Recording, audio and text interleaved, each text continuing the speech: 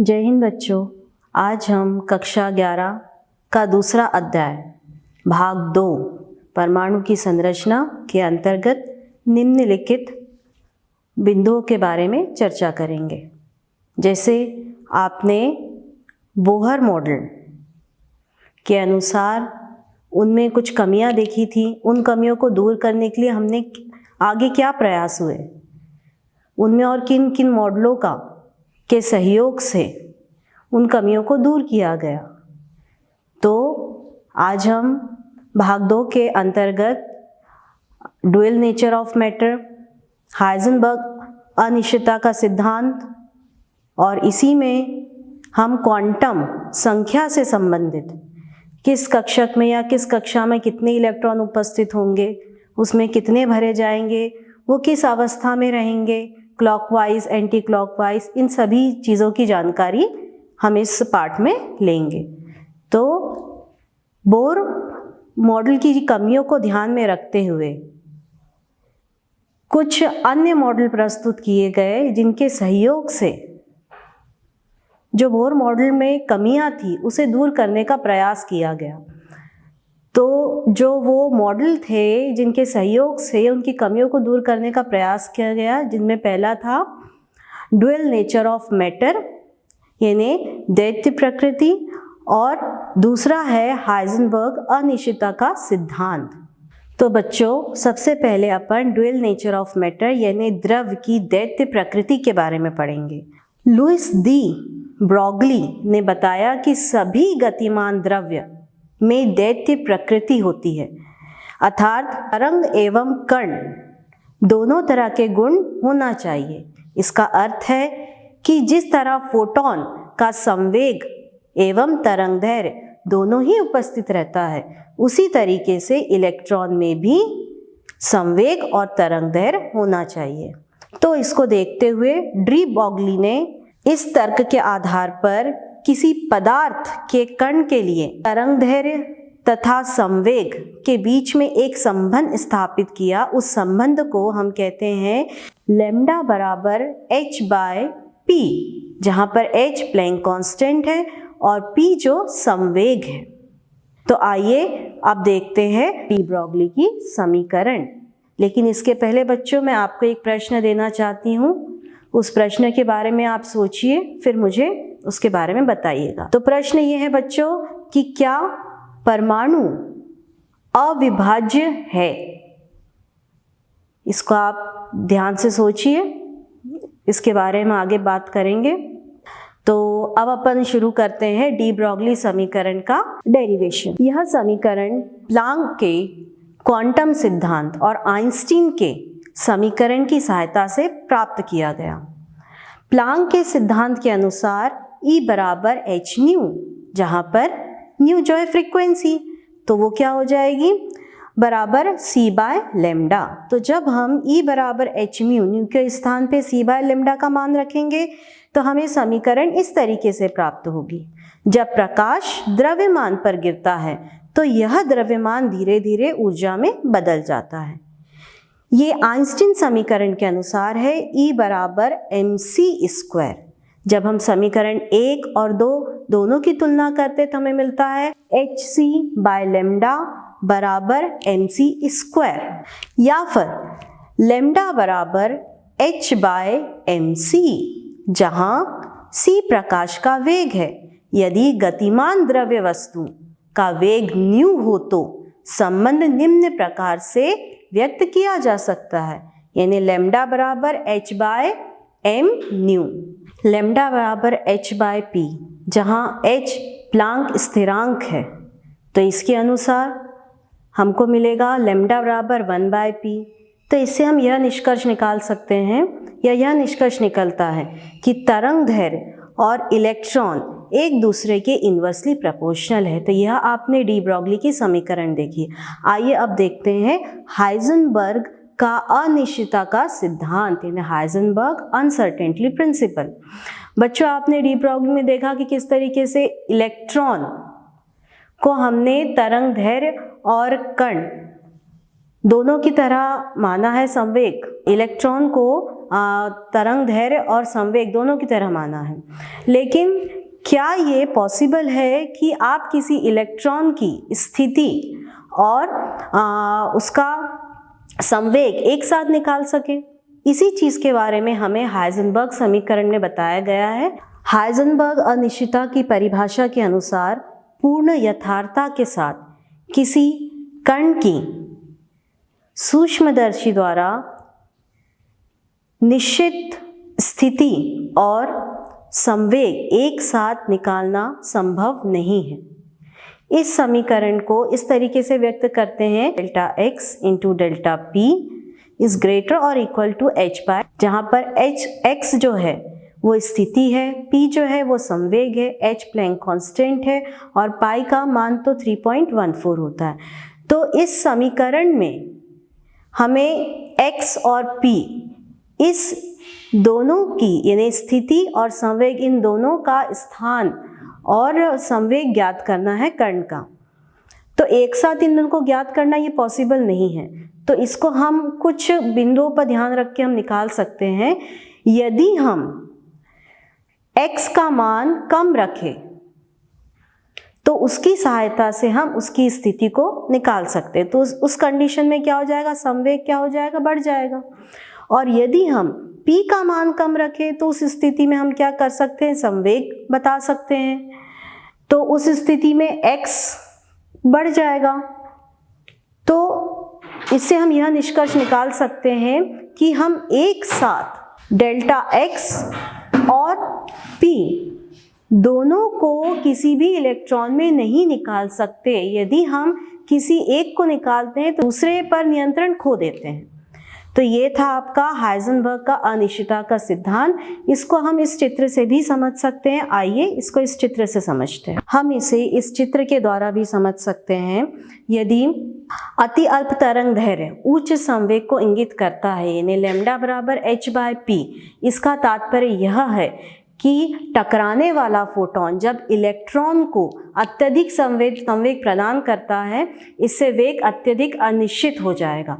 संवेग को घटा देने पर तरंग दैर्घ्य बढ़ जाती है, जिसका अर्थ है कि स्थिति के मापन में अत्यधिक अनिश्चितता आ जाती है। इस प्रकार कणों का सही स्थिति और संवेग को एक साथ ज्ञात करना पॉसिबल नहीं है। यदि हम एक को ज्ञात करते हैं तो दूसरे पर नियंत्रण खो देते हैं। इसको हमने इस चित्र की सहायता से देखा। तो बच्चों, डी ब्रोगली समीकरण और हाइजेनबर्ग समीकरण अनिश्चितता का सिद्धांत देखा, जिसमें आपने किस तरीके से किसी इलेक्ट्रॉन जो कि तरंग दैर्घ्य और संवेग दोनों की तरह कार्य करता है, ठीक है। और उसी तरीके से यदि हम हाइजेनबर्ग अनिश्चितता का सिद्धांत देख रहे हैं कि हम इलेक्ट्रॉन की स्थिति और संवेग एक साथ निकाल सकें, तो ये पॉसिबल नहीं है। हमें दोनों में से किसी एक को यहाँ पर नियंत्रण करना ही पड़ेगा, तभी हम किसी एक का सही मापन निकाल सकते हैं। अब देखते हैं परमाणु का क्वांटम यांत्रिकीय मॉडल, यानी quantum mechanical model of atom. 1926 में इरविन श्रोडिंगर ने इलेक्ट्रॉन की तरंगों व कणीय प्रकृति दोनों के साथ लेते हुए एक परमाणिक मॉडल प्रस्तुत किया, जिसे कि श्रोडिंगर समीकरण के नाम से जाना गया, और उसी को हम परमाणु का क्वांटम यांत्रिक मॉडल भी कहते हैं।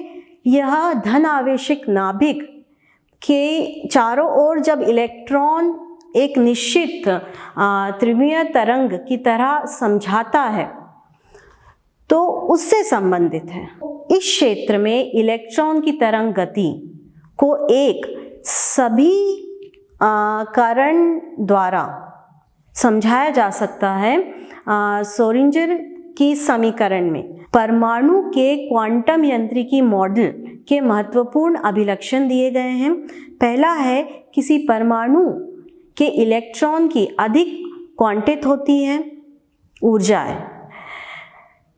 दूसरा, उन क्वांटित ऊर्जा स्तरों जिसमें इलेक्ट्रॉन हो सकते हैं। तीसरा, परमाणु कक्षा को तरंग यानी फलन, जिसे हम साई से प्रदर्शित करते निश्चित करते हैं। तो इस तरीके से श्रोडिंगर समीकरण की सहायता से आपने देखा कि कहाँ कैसे हम तरंगदैर्घ्य यानी कक्षक जिसको हम साई से प्रदर्शित कर रहे हैं, तो यहाँ पर हमें चूंकि इलेक्ट्रॉन के लिए इस प्रकार की तरंग फलन संभव नहीं है, अतः संगत परिणाम कक्षक के संभव होते ही प्रत्येक कक्षक ऊर्जा निश्चित होती है।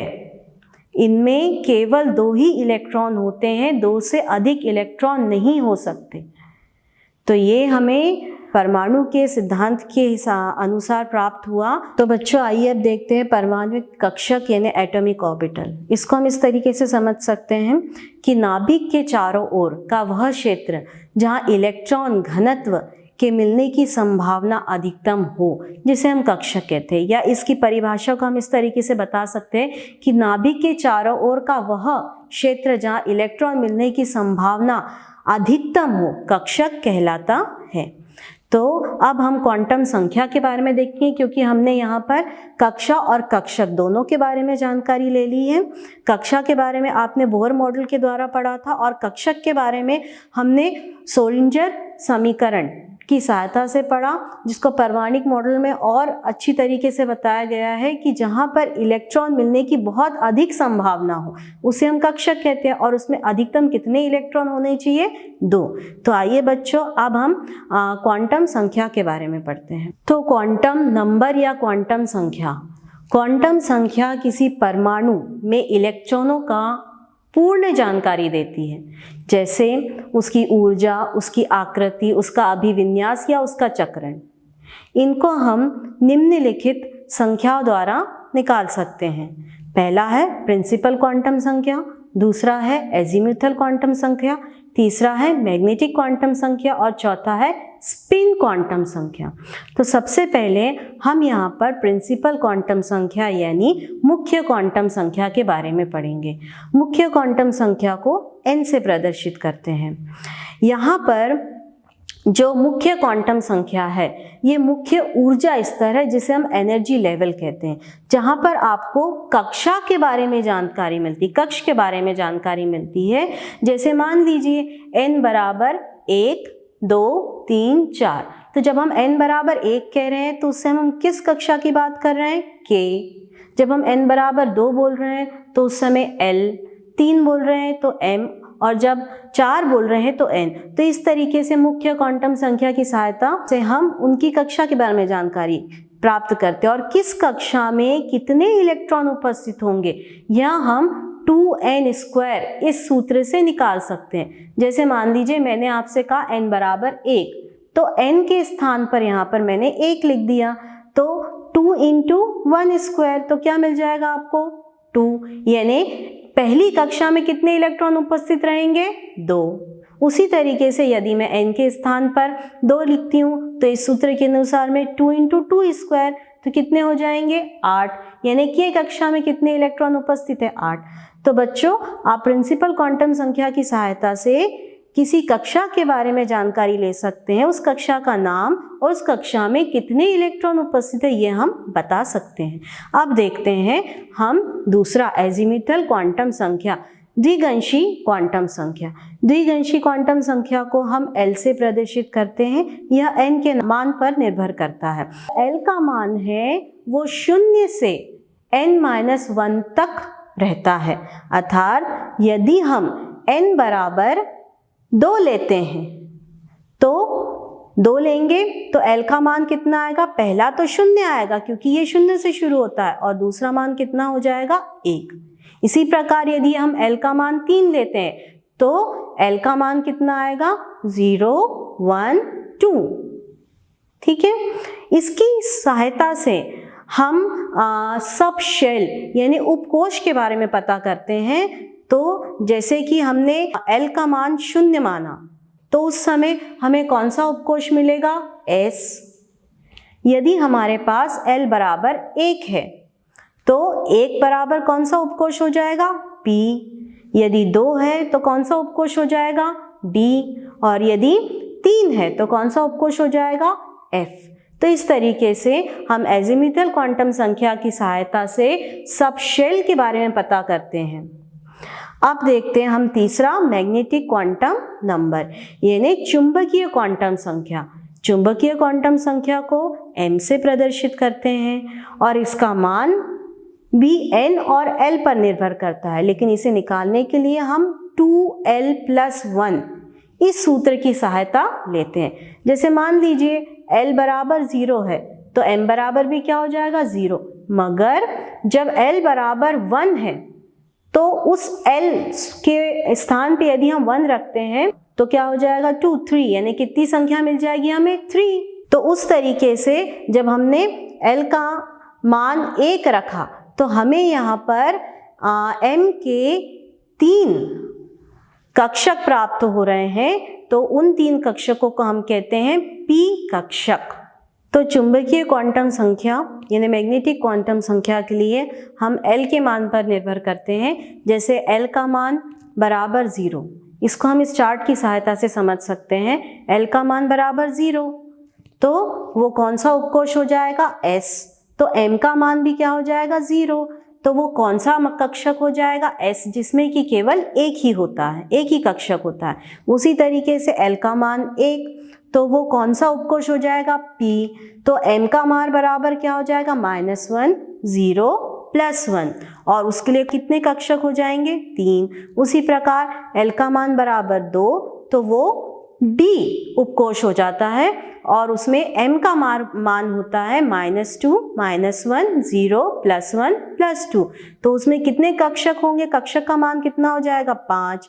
उसी तरीके से L का मान 3 होता है तो उसे हम F उपकोष के नाम से जानते हैं, और M का मान बराबर हो जाएगा -3 -2 -1 0 +1 +2 +3, और उसमें कितने कक्षक उपस्थित होंगे 7। तो इस तरीके से आपने चुंबकीय क्वांटम संख्या की सहायता से उपकोष में कितने कक्षक उपस्थित होंगे यह पढ़ा।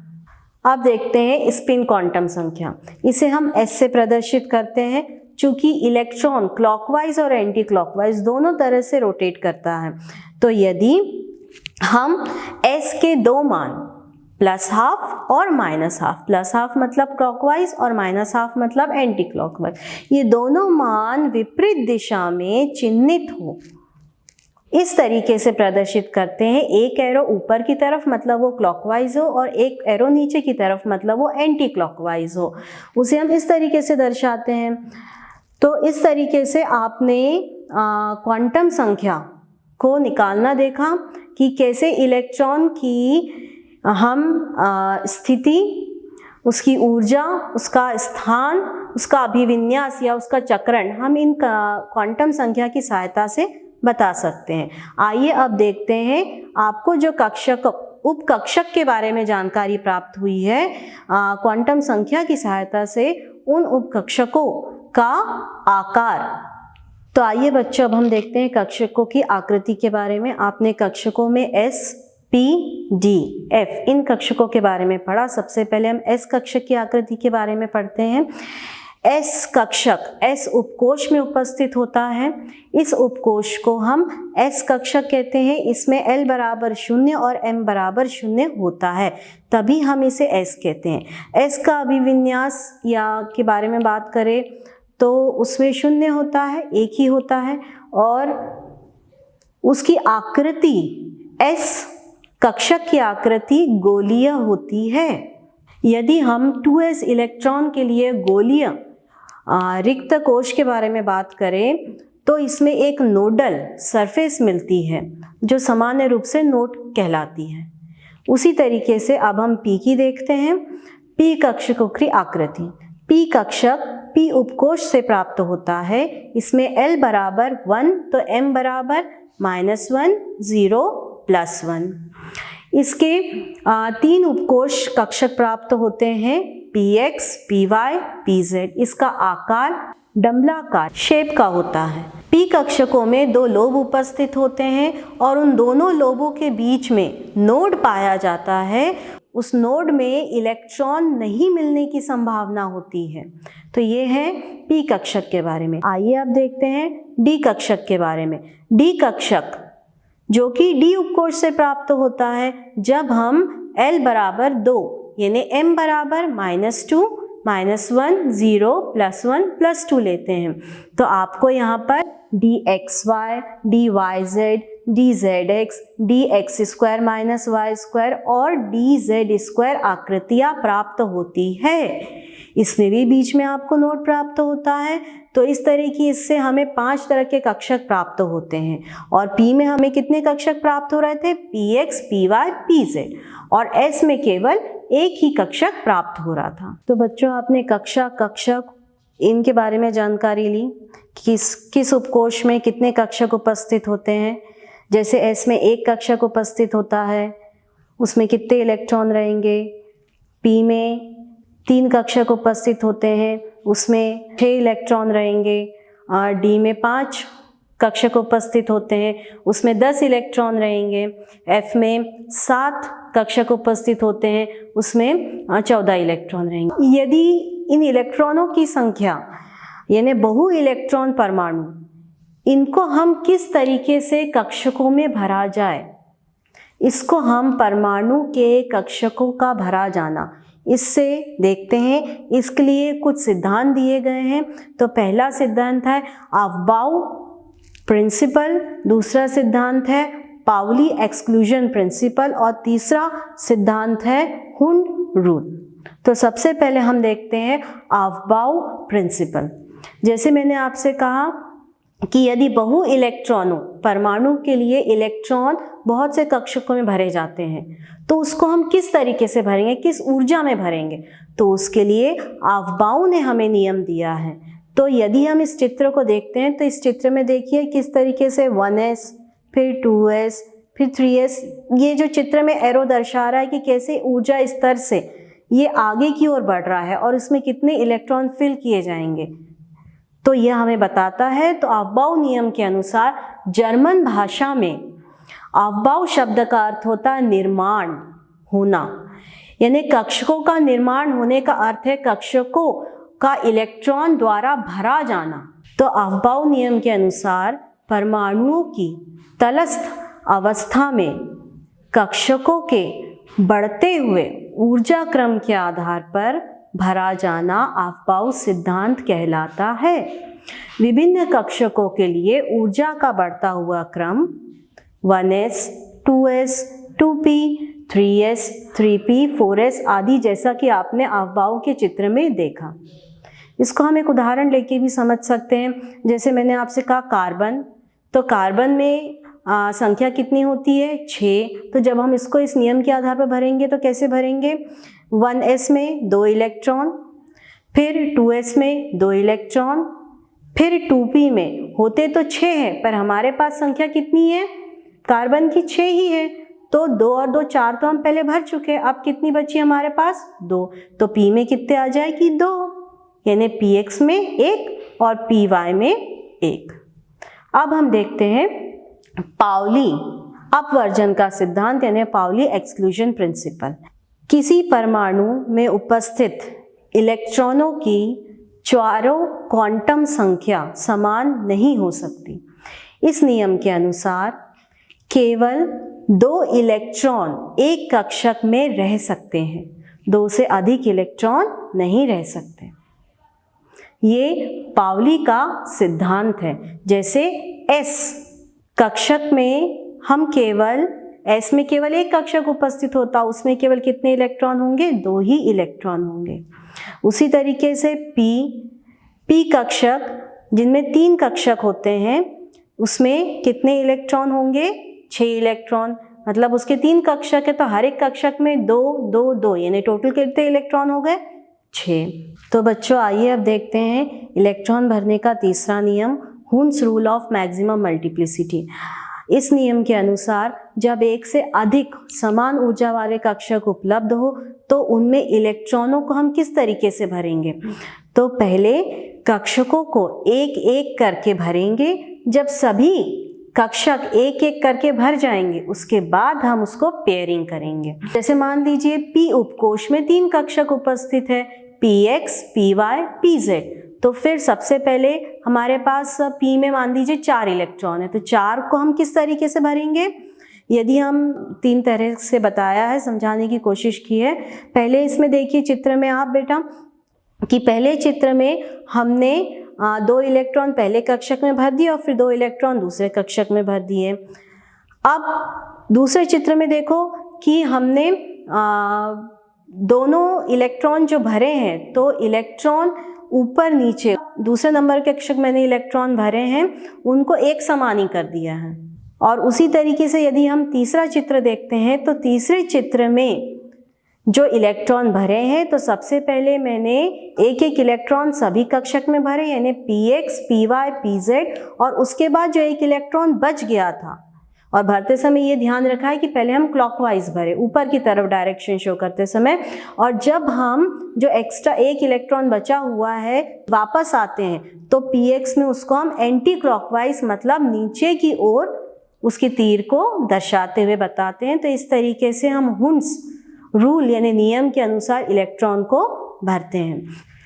तो बच्चों, मैंने आपको प्रश्न दिया था, क्या परमाणु अविभाज्य हैं? आपने इसके बारे में सोचा? इसका उत्तर है नहीं। ये हम पहले भी देख चुके हैं कि यदि हम 2 वस्तुओं को एक साथ रगड़ते हैं तो रगड़ने पर वो क्या होते हैं, एक दूसरे की ओर आकर्षित होते हैं। और जब वो आकर्षित होते हैं तो किस कारण से? क्योंकि उनमें विद्युत आवेश उत्पन्न होता है।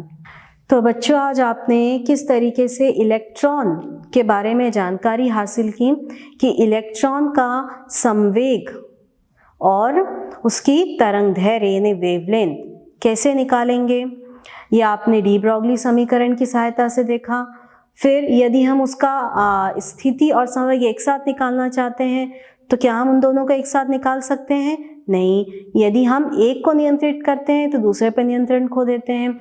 ये आपने हाइजेनबर्ग अनिश्चितता के सिद्धांत में देखा। फिर आपने देखा कि किस तरीके से परमाणिक मॉडल की सहायता से आप कक्षक के बारे में जानकारी हासिल करते हैं, किस उपकोष में कितने कक्षक उपस्थित होंगे, यह आपने जानकारी हासिल की। क्वांटम नंबर की सहायता से यदि किसी इलेक्ट्रॉन के बारे में, उसकी ऊर्जा, उसकी स्थिति, उसका अभिविन्यास या उसकी चक्रण के बारे में जानकारी हासिल की। प्रिंसिपल क्वांटम संख्या, एजीमिथल क्वांटम संख्या, मैग्नेटिक क्वांटम संख्या और स्पिन क्वांटम संख्या की सहायता से। अब यदि इलेक्ट्रॉनों में एक से अधिक मतलब समान कक्षकों में एक से अधिक इलेक्ट्रॉन है तो उनको हम किस तरीके से भरेंगे, तो उसको हमने इन नियमों के आधार पर पढ़ा। तो बच्चों, आज आपने जो पढ़ा उसको आप ध्यान से समझिए। इससे संबंधित मैं आपको कुछ प्रश्न दे रही हूँ, इन प्रश्नों को हल कीजिए। पहला प्रश्न, निम्नलिखित आयनों का इलेक्ट्रॉनिक विन्यास लिखिए। इनमें hydrogen H+, sodium Na+, oxygen 2-। किसी परमाणु कक्षक में n बराबर 3 है तो उसके लिए L और M का मान ज्ञात कीजिए। धन्यवाद।